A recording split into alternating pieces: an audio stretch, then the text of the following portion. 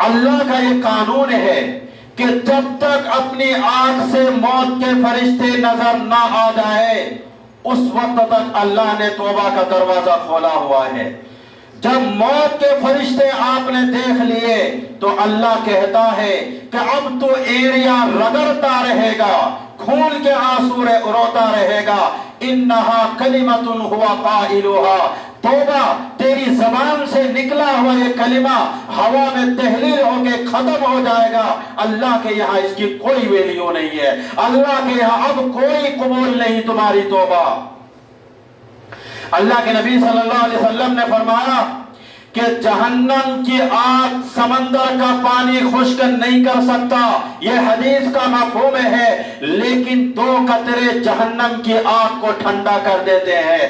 ایک اللہ کے راستے میں شہید ہوتے ہوئے شہید کے خون کا پہلا قطرہ زمین میں گرنے سے پہلے اللہ تبارک و تعالی جہنم کی آگ کو ٹھنڈا کر دیتے ہیں، اور دوسرا جو اللہ کے خوف سے رویا ہوا آنسو جہنم کی آگ کو ٹھنڈا کر دیتے ہیں۔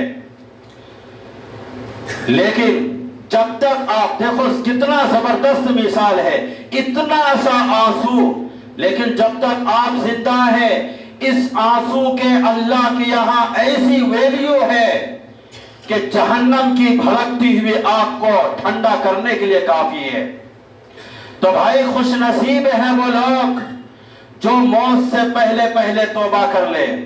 آپ یہ نہ سوچیں کہ آخر وقت میں توبہ کر لوں گا، جب 1 سیکنڈ موت سے پہلے توبہ کرو تو اللہ قبول کر لیتے ہیں۔ تو اس وجہ سے آپ توبہ کو تاخیر نہ کریں۔ آپ 2 چیزیں سمجھ لیں۔ پہلی چیز، آپ کو کیا پتا کہ آپ کب مریں گے، آپ کا آخری وقت کب آئے گا، آخری منٹ کب آئے گا آپ کو معلوم نہیں ہے۔ حالانکہ پھانسی کے مجرموں کو پتا ہوتا ہے کہ اب مجھے پھانسی پہ لٹکنا ہے، تو ہر مرنے والے کو پتا نہیں ہوتا کہ مجھے کب مرنا ہے۔ کیا ایکسیڈنٹ جو ہو جاتے ہیں راستے میں، کیا اس کو پتا ہوتا ہے کہ مجھے مر جانا ہے؟ تو ہر مرنے والے کو پتا نہیں ہوتا۔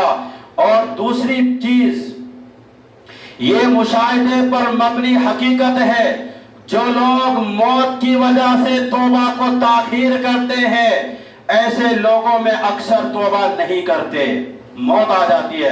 آپ دیکھ لو غیر مسلموں میں جوانی میں توبہ کرنے والے، اسلام قبول کرنے والے زیادہ ہیں، بڑھاپے میں اسلام قبول کرنے والے کم ہیں۔ حالانکہ جوانی میں غیر مسلم بننے میں عیاشی زیادہ ہے، بڑھاپے میں تو ایسے بھی عیاشی نہیں ہے، تو اس کا تو ایسے ہی بھی فائدہ جو بڑھاپے میں اسلام قبول کر لے۔ ساری زندگی تو عیاشی میں گزر گئی، اگر وہ توبہ کر رہا ہے، اسلام قبول کر رہا ہے تو اللہ اس کو جنت میں پہنچا دے گا۔ لیکن دل اتنا سخت ہوتا ہے کہ اس آخر وقت میں بھی توبہ نہیں کرتا، اسلام قبول نہیں کرتا۔ جوان آدمی جلدی توبہ کر لیتا ہے، حالانکہ جوانی میں زیادہ قربانی دینی پڑتی ہے۔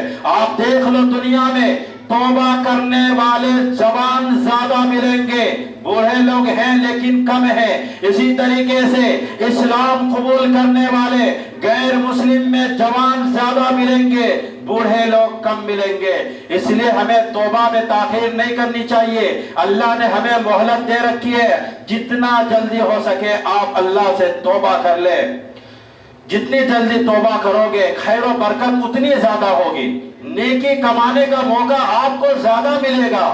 ٹھیک ہے، کہیں کوئی غیر مسلم اخیر وقت میں مسلمان ہو رہا ہے، گناہوں سے توبہ کر رہا ہے، اسلام قبول کر رہا ہے، ٹھیک ہے گناہ معاف ہو گئے، لیکن نیکی کا کمانے کا موقع نہیں ملا اس کو۔ ٹھیک ہے اللہ اس کو جنت میں پہنچا دیں گے، لیکن زیادہ اونچی درجات تک نہیں پہنچ سکتا۔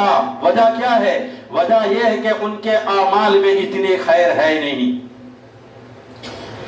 اگر آپ نے ابھی توبہ کر لی تو ساری زندگی خیر پھیلانے کے لیے اور نیکیاں جمع کرنے کے لیے آپ کے پاس ٹائم ہوگا، لیکن اگر آپ نے توبہ میں تاخیر کی تو پھر آپ کے پاس نیکی کمانے کا وقت بھی بہت کم ہوگا۔